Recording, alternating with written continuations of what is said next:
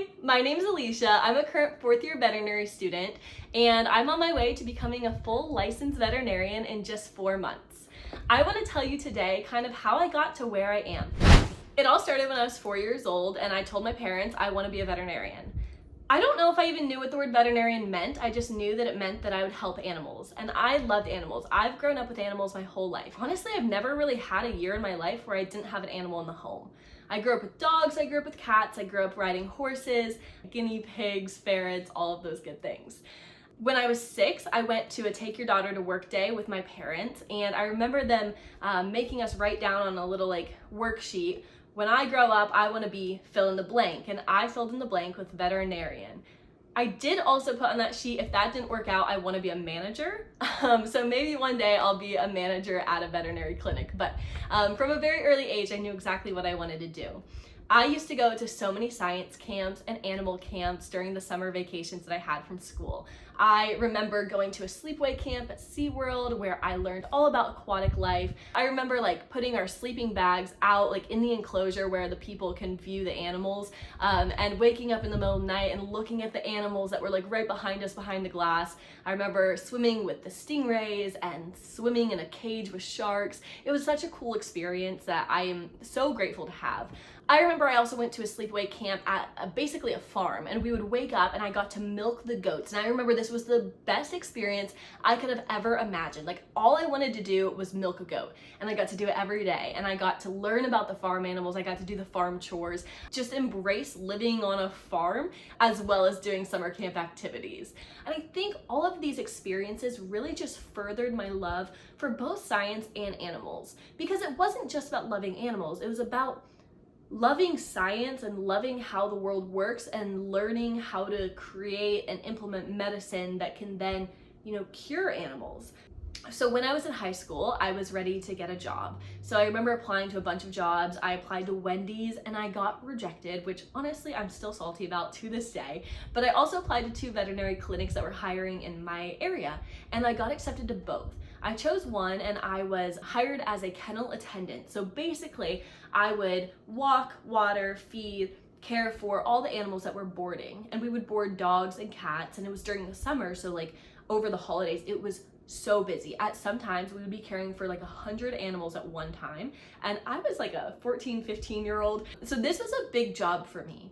And I would also work there throughout the school year. I would go in after school, and I remember working with the animals, and the veterinarian there who knew my family and she knew how much I wanted to be a veterinarian. She was amazing. She would actually pull me out of the kennel and be like, Alicia, come watch this surgery with me. Come pull up these vaccines. Come learn about this disease process. And so she really took it upon herself to further my passion for this career.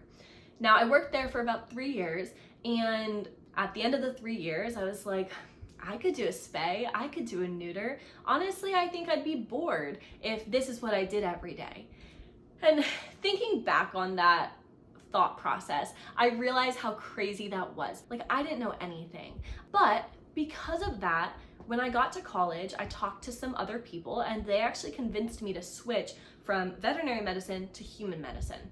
So I remember hearing them talk about, human medicine is the same amount of schooling as vet med, but you get paid more, you have more prestige. If I'm treating an animal and it has this horrible diagnosis, most likely we're gonna humanely euthanize. Whereas with humans, if you have a horrible diagnosis, you do everything in your power, X, Y, Z, to cure that person. And so I was like, okay. So I started pouring all of my energy into human medicine. And I still loved animals, but I thought that I loved the science and the medicine aspect more. So I took all the science prereqs that I needed from medical school. I worked at a hospital every single week for about 4 years, and it was super cool. I got to do so much. Honestly, I feel like I got to do too much. I felt like it was a lot of responsibility for a college student, but it was a really cool experience. Fast forward to my junior year, and I was constantly struggling with finding my place in this world and knowing what my actual like passion career-wise was. My third year in college, I got really involved with criminal justice, and I have some personal family connection to the criminal justice system, and I wanted to learn about it and make a positive change. So I studied criminal justice. I did a year of criminal justice research with my mentor, and then I actually worked at a women's prison for an entire year teaching a GED course, and it was one of the most impactful experiences that I've ever had. Women were taking 3 years to pass their GED, which is, it shouldn't take that long. Then we came in and I formed a group of students who, devoted their Tuesday nights to this. After only a semester, so like 4 months, 33% of the women in our program passed the GED, which is just an insane number, and we were so excited and so proud of them, and it was just such a transformative experience. So I get to my senior year and I do some study abroad where I have time to really think and reflect about what am I doing and what do I want to do. In this time, I did take the MCAT, so I studied for and sat for an 8-hour medical school test, and I did fine. I submitted some applications to medical school. During my study abroad, I kind of realized that I'm doing this for other people and I'm doing it for the wrong reasons. I think I was pursuing medical school because of that prestige and the money, but my heart wasn't in it. So I pulled all my applications and I said, okay, we're gonna start over. So my mom was living in Maui at the time, so I told her, Mom, I'm gonna come to Maui. Bought a one-way ticket to Maui and searched for any science jobs. In the meantime, I worked at a restaurant and I had so much fun. And while I was searching for science jobs, a job for a beer brewer came up at Maui Brewing Co. So I applied, I'm like, blah, blah, blah, and I get an interview. And in the interview, they say, hey, you've got 0 brewing experience. Like, honestly, you're an incredibly unqualified person for this job, but we want you to work in our lab. I got hired as a beer quality control technician. It was a crazy job. It was so much fun, but I didn't feel like I was living up to my potential. So back to the drawing board, and I worked for Teach for America for a year because it aligned with my desire to make change, my desire to do good in the world, and I felt like maybe that would be a good way to use my potential. It was not a good situation. I got placed at a school in Chicago, and these students needed the best teachers, and they got me, and I wasn't trained to be a teacher. I didn't feel like the program set me up for success, nor did I set those students up for success in turn. And so after a year, I couldn't do that anymore. So I was dating a guy at the time, and I followed him to Michigan, and I had no connection to Michigan, but he was gonna go to school here. So I said, I'll come, and I moved to Michigan. And when I was applying for jobs, because I knew I needed a job, I didn't really have any qualifications. I had a degree in biochemistry, I had a year of working as a beer taste tester, and a year of working as a pretty crappy teacher. But I did know a thing or two about veterinary clinics. I had multiple years of working at a vet clinic, and all throughout college I worked, I volunteered at the Humane Society. So I applied to a couple positions to be like an assistant at a vet office, and I got it. It was at this time that COVID hit, so I kind of got thrown to the fire at the vet clinic. I learned everything in probably like 2 weeks because all of a sudden we were short-staffed and vet clinics went crazy during COVID. Their business probably exploded like 2 times what it normally is. And so I spent the next year working at a veterinary clinic, and I fell in love with animals and the vet industry, and I said to myself, like, can I do this? Can I go back to school? And so I started the process of finishing up my prereqs for veterinary school, applying, interviewing, and then eventually getting accepted to all 4 schools that I applied to. Working in the clinic, I think I had some like epiphanies.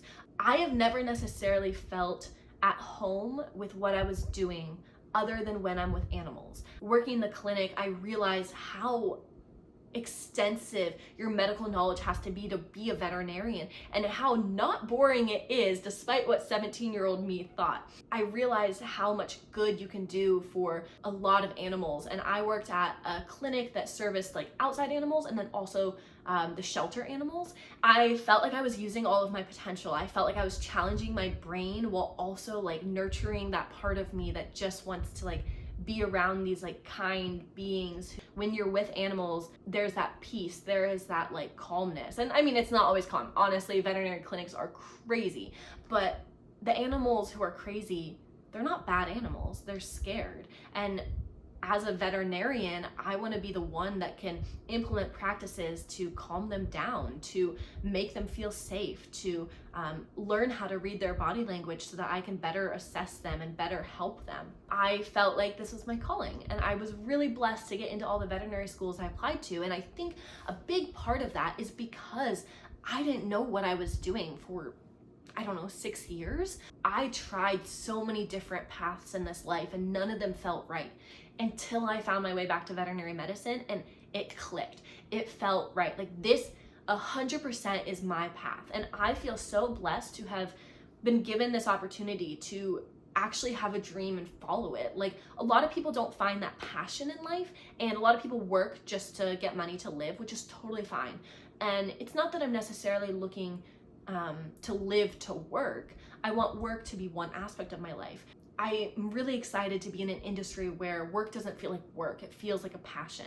And so I did my first 3.5 years of school, and I'm in my last half year of school now. The first 2.5 years are all didactic learning, so you learn out of a book, you go to lectures, you take labs, you learn all of the normal and abnormal.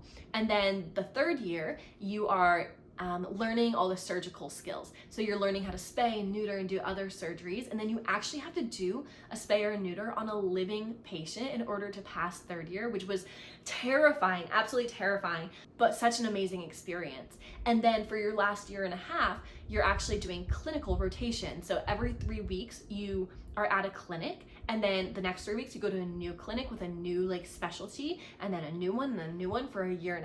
So I've been doing it for about 1 year now. I have 4 more months to go. I have internal medicine, large animal, and a couple general practice, like primary care externships to go.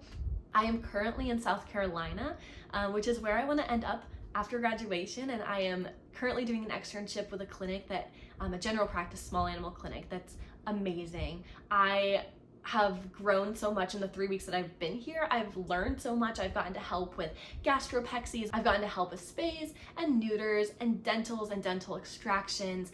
We did a vulvoplasty on a really morbidly obese cat. I've also gotten to see exotics, which has been super fun. I've gotten to help treat a bird. I did subcutaneous fluids on a bird by myself, and it was terrifying. It's such a simple procedure, and the doctor made it look so easy.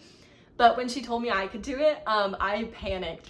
And I was like, I don't know how to hold the bird. I don't know how to hold the needle. And it ended up being actually not that bad. You just have to learn the anatomy of the bird, and everything's a lot smaller, but it was awesome. And it was so cool to see the bird really perk up and feel a lot better. I'm really excited to finish vet school, and it's really cool that I've come full circle from being a 4-year-old saying I want to be a veterinarian to taking, years and years to actually figure out if this is the path for me, and then finding my way back to veterinary medicine because I happened to apply for a job and fell back in love with it. Animals have always been my safe place. I remember my dog growing up. I got him when I was 10 years old, and he lived all the way until I was 25. So he was 15 years old, going through those really tough teenage years, and he was my best friend. And I don't think I'd be the person I am today, nor do I think I'd necessarily even be here if it wasn't for animals. They've helped me through some really dark times, and I feel this desire to repay that and give back to animals. They give endless love and support and loyalty. So I am so excited to graduate. I want to be the best veterinarian that I can be. I want to help as many animals as I can help, and I'm really excited to take you guys on this journey with me.